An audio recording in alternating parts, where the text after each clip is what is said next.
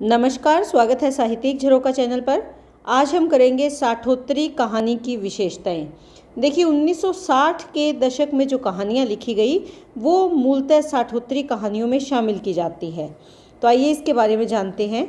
देखिए नई कहानी के बाद हिंदी कहानी जगत में अनेक आंदोलन हुए। हिंदी कहानी जगत में आंदोलन से तात्पर्य क्या है कि विचारों का बहुत जल्दी बदलाव आया। इसमें से प्रमुख कौन से हैं? अकहानी आंदोलन, सचेतन कहानी, सहज कहानी, समानांतर कहानी, जनवादी कहानी, सक्रिय कहानी आदि। इन कहानी आंदोलनों को समवेत रूप से, समवेत यानी इकट्ठा कर दिया जाए, संचित कर दिया जाए या एकत्रित कर दिया जाए तो ये साठोत्तरी कहानी कहा जाता है। इन आंदोलनों से जुड़े कहानीकारों ने हिंदी कहानी को नया आयाम प्रदान किया है। साठोत्तरी कहानी के प्रमुख कहानीकारों की अगर बात करें तो सबसे पहले नाम आता है ज्ञानरंजन का, दूसरे दूधनाथ सिंह है, काशीनाथ सिंह है और रविंद्र कालिया है। ये चार ऐसे व्यक्तित्व हैं जिन्होंने इस कहानी, जो साठोत्तरी कहानी का समयकाल है या साठोत्तरी कहानी का आगमन अगर माना जाता है, सबसे ज़्यादा विकास अगर किन्हीं लेखकों के द्वारा हुआ तो ये चार नाम साठोत्तरी कहानी से जुड़े हुए प्रमुख नाम हैं। आइए अब इस समय काल की या इस लेखन कला की जो विशेषताएं हैं उसके बारे में जानते हैं।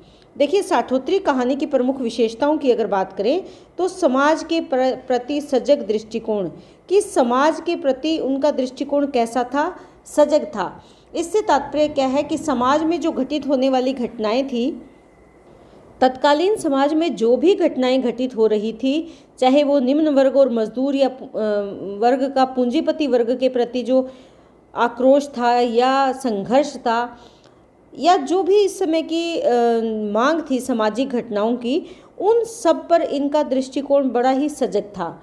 इसका तात्पर्य ये नहीं है कि वो दलित वर्ग का प्रतिनिधित्व कर रहे थे, बल्कि उन होने वाली घटनाओं पर रचनात्मक प्रक्रिया व्यक्त कर रहे थे। किसके माध्यम से? अपनी कहानियों के माध्यम से, अपने लेखन के माध्यम से। दूसरा पॉइंट आप यहाँ पर बना सकते हैं नया नैतिक बोध, यानी नैतिकता के प्रति जो विचारधारा थी या ज्ञान या बोध था वो कैसा है, कुछ नए दृष्टिकोण के साथ हम यहाँ पर देखते हैं इनकी कहानियों में। यहाँ पर अगर नैतिक बोध की बात करें तो स्त्री पुरुष संबंधों को ले सकते हैं। जो स्त्री और पुरुष के संबंध थे उनके विविध जो स्तर थे उसको बहुत ही सूक्ष्म और प्रामाणिकता से अभिव्यक्त किया है अपनी कहानियों के माध्यम से। देखिए स्त्री पुरुष संबंधों की अगर बात करें तो इसमें आज के समय में अगर देखें तो बहुत बड़ा बदलाव आया है। उस बदलाव को इन्होंने अपनी कहानियों में जगह दी है, वो चाहे विवाह है, चाहे प्रेम संबंध है या एक स्त्री का एक पुरुष के प्रति आकर्षण है। यहाँ पर कुछ कहानीकार तो ऐसे भी हुए हैं जिन्होंने विवाह का विरोध किया है। वो मानते हैं कि ये रूढ़िवादिता है, क्योंकि ये जो विद्रोही स्वभाव के लेखक हैं ये मानते हैं कि विवाह एक संस्था है जो नारी का शोषण करती है या नारी शोषण का अंग उसको विवाह को माना है। तो यहाँ पर जो नैतिक बोध है वो कुछ बदलाव के साथ स्पष्ट हुआ है। उसके बाद बात करते हैं, तीसरा जो आप पॉइंट बनाओगे वो क्या है? नई मूल्य दृष्टि।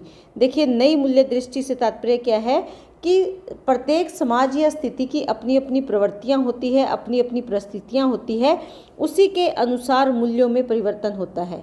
मूल्य परिवर्तन की ये प्रक्रिया कहीं पर रुकती नहीं है, बल्कि निरंतर लगातार चलने वाली प्रक्रिया है, एक पीढ़ी से दूसरी पीढ़ी में घटित होती है।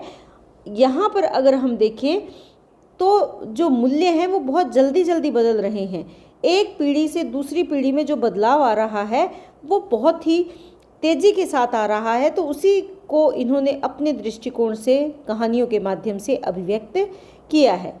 उसके बाद आप पॉइंट बना सकते हैं जीवन के आर्थिक पक्ष की प्रधानता।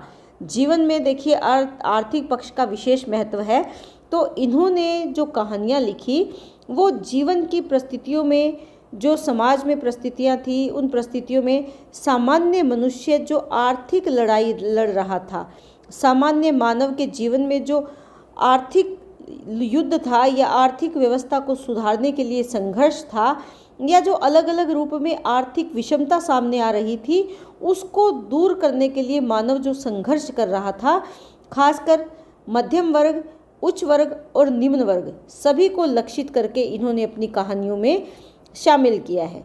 उसके बाद पॉइंट हम बना सकते हैं व्यवस्था के प्रति विरोध का भाव या तीव्र रोष। देखिए व्यवस्था किसकी? समाज की। समाज की जो व्यवस्था है, धर्म की जो व्यवस्था है, शिक्षा की जो व्यवस्था है, या अगर हम प्रशासन की यहाँ पर बात करें, पुलिस की अगर बात करें, या राजनीति की अगर बात करें, उद्योगों की अगर बात करें, तो सभी संस्थाओं में अगर हम देखें या सभी जो भी समाज है, धर्म है, शिक्षा का क्षेत्र है, प्रशासन का क्षेत्र है, सभी जगह क्या फैला हुआ है? भ्रष्टाचार फैला हुआ है। उस भ्रष्टाचार को इन्होंने अपने लेखन के माध्यम से अभिव्यक्ति दी है, क्योंकि ये मानते हैं कि सभी क्षेत्रों में प्रदूषण फैल गया है। ये घिनौना रूप जो हमारे समाज में इन क्षेत्रों में पसरा हुआ है, उस घिनौने रूप को अपनी कहानियों के माध्यम से इन्होंने अभिव्यक्त किया है। इसके बाद हम पॉइंट बना सकते हैं कहानी में बौद्धिकता। देखिए नई कहानी से हिंदी कहानी एक गंभीर विधा के रूप में सामने आई। इस दौर में अगर हम देखें तो पूरी तरह से कहानी विधा चिंतन और मनन पर आधारित हो गई। बौद्धिकता का मतलब ही क्या है? सोचना किसी के बारे में, बुद्धि का प्रयोग करना जहाँ पर, तो यहाँ पर अगर हम देखें तो चिंतन और मनन विशेष रूप से कार्यशील है। इस बात को ध्यान में रखकर, यानी किसी भी विषय पर नया सोच या नए चिंतन के साथ उन्होंने अपनी कहानियों में अपने पात्रों को या जो कथानक है उसको शामिल किया है। नगर एवं मानवीय पृष्ठभूमि। देखिए अब से पहले जो कहानियाँ लिखी जा रही थी वो विशेषकर आंचलिक कहानियाँ या अंचल क्षेत्र से जुड़ी हुई कहानियाँ थी, लेकिन यहाँ पर क्योंकि मशीनीकरण का युग है, आधुनिकता का दौर है, तो इसमें नगर प्रधान है। नगर या महानगरों में जो हलचल है वो ज़्यादा हो रही है, क्योंकि सामान्य गाँव का मानव भी कहाँ जाकर बसना चाहता है? नगर या महानगर में अपना जीवन व्यतीत करना चाहता है। तो इस समय काल के जो लेखक हुए हैं, कहानीकार हुए हैं, उन्होंने भी इन जगहों को या नगर या महानगरीय जो क्षेत्र है उसको अपनी कहानी के केंद्र में रखा है। लेकिन इसका तात्पर्य ये नहीं कि वो ग्रामीण जीवन को भूल गए हैं, ग्रामीण प्रवेश को भूल गए हैं, इसका तात्पर्य हम ये नहीं कह सकते, बल्कि ग्राम्य जीवन के साथ साथ नगर और महानगरीय जीवन को उन्होंने अपनी कहानियों की आधार भूमि में शामिल किया है, यहाँ के पात्रों को अपनी कहानियों के लिए चयनित किया है। तो ये वो कहानियाँ हैं जो साठोत्तरी कहानियों के क्षेत्र में आती है, या साठोत्तरी कहानियों में जो शामिल विशेषताएं हैं वो आप इस तरह से अभिव्यक्त कर सकते हैं। अंत में आप इसका निष्कर्ष जरूर देंगे कि इस आधार पर कहा जा सकता है कि कहानी का यथार्थ आज बहुत ज़्यादा विस्तृत हो गया है और विविध धर्मी हो गया है, या विविध क्षेत्रों में उसका विस्तार हुआ है। जीवन की कोई भी समस्या और कोई भी क्षेत्र ऐसा नहीं है जो इन कहानीकारों की दृष्टि से बच गया हो। तो इस तरह से आप इसका निष्कर्ष निकालकर ये प्रश्न पूर्ण कर सकते हैं। उम्मीद करती हूँ कि आपको बहुत अच्छे से समझ में आया होगा। बहुत बहुत धन्यवाद।